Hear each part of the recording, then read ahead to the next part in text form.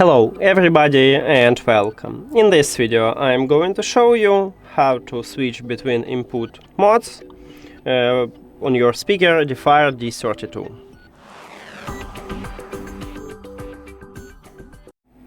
And basically you have two options. You can use an application or you can use control.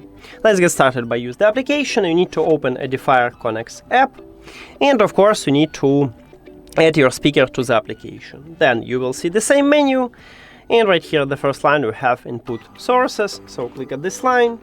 And now I use Bluetooth mode and I can swap to, let's say, aux mode by just click on it. Now I swap on it, but I guess we cannot use the application anymore. Right here near to the power button we have the LED light, we have the green one, and green one is aux mode.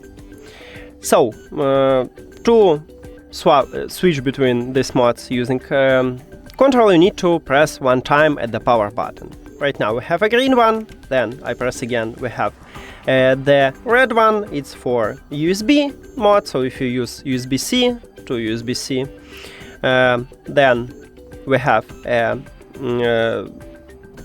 white, this one is AirPlay, and then after that we have a blue one, this one is Bluetooth mode. And that's it.